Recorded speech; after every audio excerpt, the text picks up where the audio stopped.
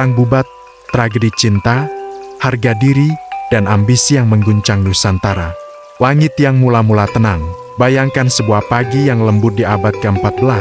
Kabut menggantung di atas bumi Jawa, burung-burung mulai beranjak dari sarangnya, dan dari kejauhan, gong kerajaan berdentang perlahan. Waktu itu, Nusantara bukanlah satu bangsa seperti sekarang.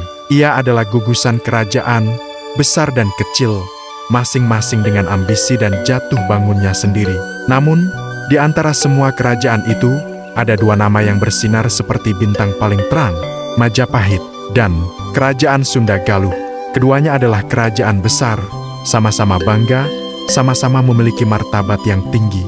Dan pada suatu masa, nasib mempertemukan mereka dalam sebuah cerita yang awalnya terlihat indah, sebuah pernikahan kerajaan, sebuah hubungan yang seharusnya menyatukan dua istana, dua bangsa, dan dua keluarga. Tapi takdir berkata lain, yang tersisa bukanlah pesta pernikahan, melainkan aroma darah, air mata, dan luka sejarah yang bertahan ratusan tahun. Ini adalah kisah Perang Bubat, tragedi paling pahit dalam sejarah Nusantara. Majapahit dalam puncak kejayaan.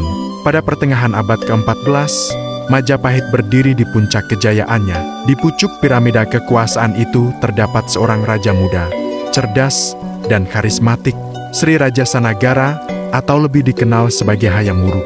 Di sampingnya ada sosok yang namanya masih diperdebatkan hingga hari ini, seorang tokoh yang dihormati sekaligus ditakuti, Gajah Mada, Mahapati Amangkubumi, arsitek Sumpah Palapa, penyatu Nusantara. Dalam ambisi besar Gajah Mada, seluruh kerajaan di Nusantara harus berada di bawah kekuasaan Majapahit, tanpa kecuali.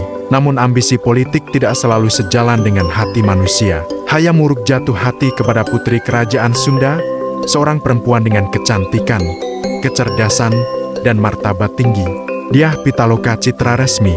Bagi Hayam Wuruk, cinta ini tulus. Bagi Raja Sunda, lamaran ini adalah kehormatan. Namun bagi Gajah Mada, ini adalah peluang politik, kerjasama atau penaklukan.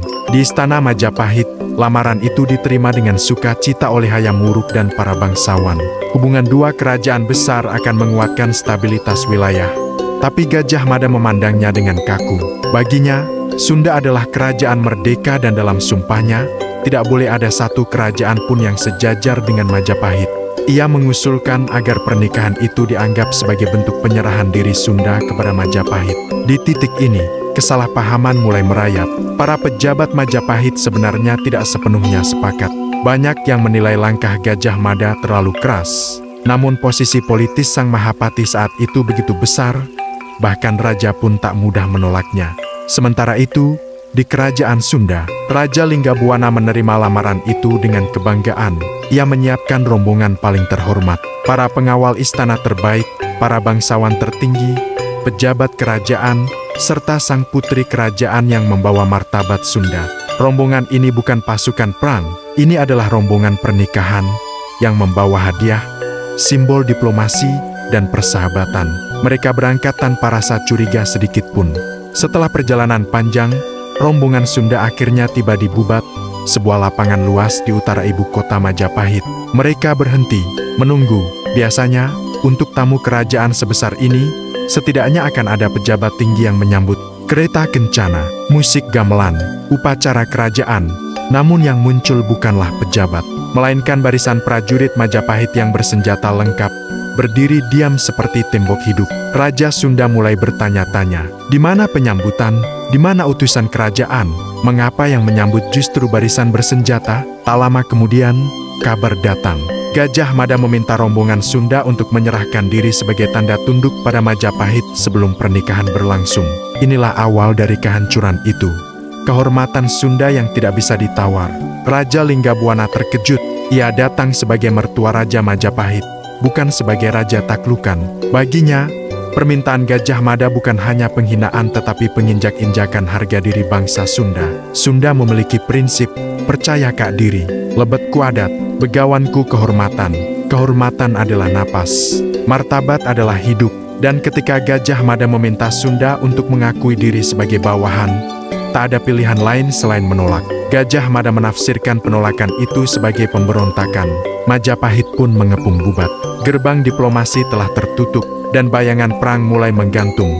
Pertempuran yang tak seimbang. Pagi itu, matahari belum tinggi ketika pasukan Majapahit mulai bergerak. Mereka mengepung rombongan Sunda dari 4 arah. Pasukan Sunda sadar, ini bukan negosiasi, ini adalah eksekusi. Meskipun tidak datang untuk berperang, para pengawal Sunda bersiap untuk menghadapi maut. Pasukan Majapahit jauh lebih banyak, lengkap dengan pasukan elit seperti Bhayangkara, Keboanabrang, dan prajurit bersenjata tombak panjang serta panji-panji kerajaan. Sementara itu, pasukan Sunda hanya membawa perlengkapan perjalanan kerajaan, bukan formasi perang. Namun, mereka tetap berdiri tegak. Pertempuran pun pecah dengan ganas. Pusaka senjata Sunda bersinggungan dengan tombak Majapahit. Jeritan dan denting logam memenuhi udara. Debu mengepul tinggi, menutupi warna langit. Satu persatu para satria Sunda tumbang. Mereka kalah jumlah, kalah posisi, kalah persiapan, tapi tidak kalah martabat. Gugurnya raja dan pengorbanan putri.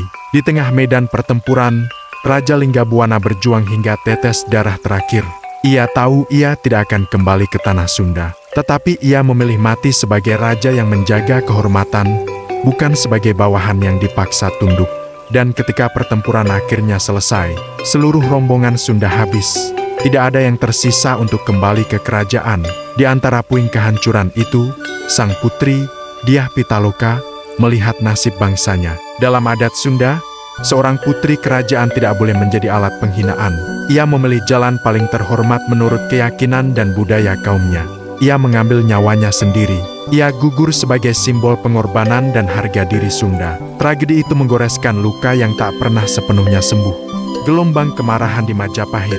Ketika kabar tragedi Bubat sampai ke kerajaan Majapahit, istana geger, para bangsawan marah. Rakyat pun ikut menuntut jawaban.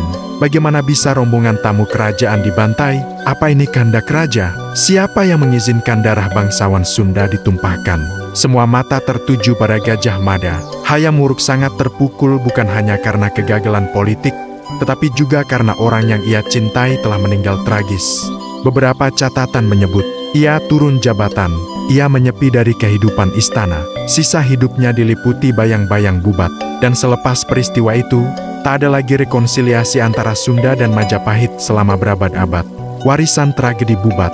Peristiwa ini meninggalkan luka dalam sejarah Nusantara, bukan hanya karena darah yang tumpah, tetapi karena ia mengajarkan sesuatu, bahwa ambisi tanpa kebijaksanaan bisa merusak segalanya, bahwa cinta bisa hancur karena politik, bahwa kehormatan adalah harga yang tidak bisa ditawar, bahwa salah tafsir bisa berakhir menjadi tragedi ratusan tahun.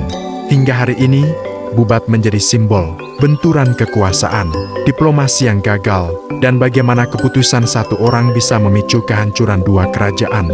Namun dari tragedi itu, kita belajar bahwa kejayaan harus dibangun dengan kebijaksanaan, bukan hanya kekuatan, dan bahwa persatuan Nusantara adalah perjalanan panjang yang penuh darah dan air mata.